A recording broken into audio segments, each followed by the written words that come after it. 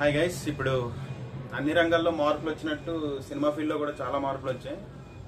ఒకప్పుడు ప్రాపర్గా కథ, స్క్రీన్ ప్లే ఇలా చాలా ఉండేవి. ఇప్పుడు అలా కాదు. జస్ట్ థియేటర్లో కూర్చున్న ఆడియన్ ఒక 2 hours 3 hours హ్యాపీగా నవ్వుకుంటే చాలు, వాళ్ళ టికెట్కి న్యాయం చేస్తే చాలు అనుకున్న దర్శకులు ఇప్పుడు తెలుగు ఫిల్మ్ ఇండస్ట్రీలో ఉన్నారు.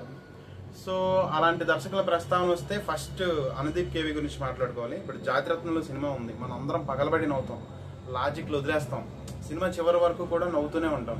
అండ్ అలానే కళ్యాణ్ శంకర్ డైరెక్షన్లో వచ్చిన మ్యాడ్ ఉంది, అలానే మ్యాడ్ స్క్వేర్ ఉంది. ఇవన్నీ కూడా ఎంటర్టైన్మెంట్ సినిమాలు. ఇప్పుడు సేమ్ అదే జోనర్లోకి వచ్చిన సినిమా లిటిల్ హార్ట్స్.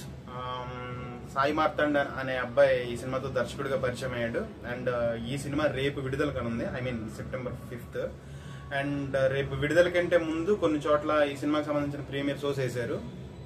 ప్రీమియర్ షోస్కి మంచి రెస్పాన్స్ కూడా వచ్చింది. ఇంతకీ ఈ సినిమా ఎలా ఉంది ఇప్పుడు మనం మాట్లాడదాం. అండ్ బేసిక్గా ఈ సినిమా కథ ఏంటి అని అంటే పెద్దగా చెప్పుకోవడానికి కథ ఏమి ఉండదు. మన 90s కిడ్స్ ఎవరైతే ఉన్నారో వాళ్ళ లైఫ్లో జరిగిన కొన్ని ఇన్సిడెంట్ని ఈ సినిమా మనకి రిఫ్లెక్ట్ చేస్తుంది అనమాట.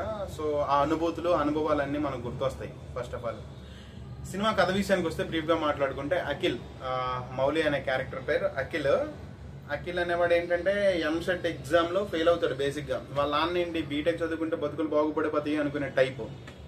సో ఎంసెట్ ఎగ్జామ్లో ఫెయిల్ అయ్యాడు కాబట్టి ఫ్రీగా సీట్ కొనే స్తోమత ఉన్నా కూడా అలా సీట్ కొనకుండా వీటిని లాంగ్ టర్మ్ కోచింగ్ సెంటర్లో పెడతాడు.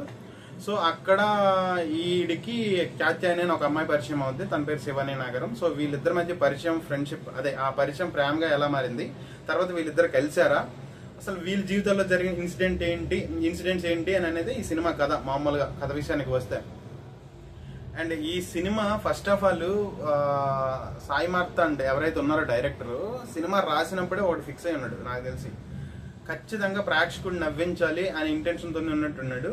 చివరి వరకు అదే చేశాడు. అండ్ రైటింగ్ కొన్ని చోట్ల అయితే కామిక్ టైమింగ్ అద్దరిపోయింది. అంత బాగా కామెడీ రాశాడు. బేసిక్గా కామెడీ రాయడం అనేది చాలా కష్టం, మనోడు చాలా బ్యూటిఫుల్గా రాశాడు. అండ్ మౌలి గురించి ప్రత్యేకంగా చెప్పాల్సిన అవసరం లేదు. మౌలి సినిమాల్లోకి ఎంట్రీ ఇవ్వడానికంటే ముందే తన యూట్యూబ్ వీడియోస్తోనే చాలా మందిని ఆకర్షించాడు. మౌలికి ఒక సెపరేట్ ఫ్యాన్ బేస్ ఉంది. Mouli first cinema happy birthday అని రితేష్ రాణా డైరెక్షన్లో లావణ్య త్రిపాఠి చేసింది. దాంట్లో కూడా తన కామెడీ బాగుంటుంది. తర్వాత 90sతో మంచి ఫేమ్ వచ్చింది మనోడికి. ఆ తర్వాత ఇప్పుడు 90s డైరెక్టర్ ఎవరైతే ఉన్నారో ఆదిత్య హాసన్ ఈ లిటిల్ హార్ట్స్ అనే సినిమాని ప్రొడ్యూస్ చేశాడు. సో తన కామెడీ టైమింగ్ ను పర్ఫెక్ట్ గా వాడుకున్నాడు. మౌలి చాలా బాగా చేశాడు. తన కామెడీ టైమింగ్ అయితే అద్దరిపోయింది. అలానే నిఖిల్ అబ్బూరి అని మౌలి ఫ్రెండ్ ఉంటాడు. ఇప్పుడు 100% లో ఆ చిన్నపిల్లడు ఎవరైతే ఉన్నాడో తన పేరు నిఖిల్ అబ్బూరి అనమాట. ఈ సినిమాలో కనిపిస్తాడు. అండ్ మధు అనే ఒక క్యారెక్టర్ ఉంది ఈ సినిమాలో. వాడి కామెడీ టైమింగ్ అయితే అద్దరిపోయింది. సినిమా చివరి వరకు నువ్వు నవ్వుతూనే ఉంటావు. అండ్ ఇంకోటి, రాజీవ్ కనకాల గారు తన పాత్ర మేరకు బాగా చేశారు. అండ్ సినిమాకి బిగ్గెస్ట్ ప్లస్ పాయింట్ ఏంటంటే సింజిత్ మ్యూజిక్ అనమాట. మ్యూజిక్ చాలా ఫ్రెష్ ఫీల్ క్రియేట్ చేస్తుంది అనమాట. ఈ సినిమాలో రాజా గారికి రాణి దొరికిన అనే సాంగ్ ఉంటుంది, అది చాలా బాగా వర్కౌట్ అయింది. అండ్ బేసిక్గా ఒక అబ్బాయి నుంచి దూరం అయిపోతుంది అని అనగానే సాడ్ సాంగ్స్ అనేవి కొన్ని సినిమాల్లో వస్తుంటాయి. సో ఇక ఈ సినిమా విషయానికి వస్తే అలాంటి సాడ్ సాంగ్ ఒకటి వస్తుంది అని ఫీల్ అయ్యే లోపే అది సాడ్ సాంగ్ కాదు. ఆ సాడ్ సాంగ్ లో కూడా ఒక ఫన్ క్రియేట్ చేస్తాడు అనమాట. సో ఆ లిరిక్స్ ఎవరు రాశారు కానీ చాలా అద్భుతంగా ఉంటాయి ఆ లిరిక్స్. అండ్ ఆ పాటలో ఆశ్చర్యకరంగా అదే పాటలో ఉంటుంది, ఇదేం పాటరా అని హీరోయిన్ కూడా ఒక లైన్ పాడుద్ది అనమాట. సో పెయిన్ కూడా నవ్వుతో చెప్పొచ్చు అనేది ఈ సినిమా మరోసారి ప్రూవ్ చేసింది అనమాట. సో ఈ సినిమాలో మైనస్ పాయింట్స్ ఏదైనా ఉంది అని అంటే కొంచెం ప్రీ క్లైమాక్స్ టైంలో కొంచెం లాగ్ అయిందేమో అనే ఫీలింగ్ వస్తుంది. ఈ సినిమాని బేసిక్గా చాలా చోట్ల ఎండ్ చేసేవచ్చు, అన్ని క్లైమాక్స్లు ఉంటాయి అనమాట. సో ఇక్కడ అయిపోయింది కథ సుఖంతో అని అనుకోవచ్చు, అక్కడతో ఆపేయచ్చు. బట్ డైరెక్టర్ ఇంకేదో చూపించాలి, దీనికి ఒక శుభం కార్డ్ వేయాలి అని సినిమాని చివరి వరకు తీసుకెళ్లాడేమో అనే ఫీలింగ్ వస్తుంది కొన్ని సందర్భాల్లో. బట్ క్లైమాక్స్ మాత్రం క్లైమాక్స్లో కూడా మళ్ళీ నవ్వుతూనే ఉంటాం.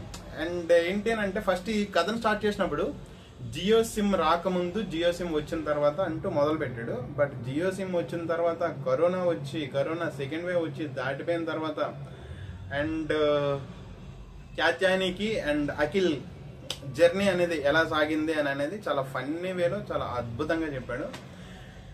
అండ్ అంటే బేసిక్గా నాకు సర్ప్రైజింగ్ థింగ్ అనిపించింది ఏంటి అని అంటే సినిమా క్లైమాక్స్లో మాత్రం ఒక క్యారెక్టర్ని చూసి మీరు కూడా సర్ప్రైజ్ అవుతారు.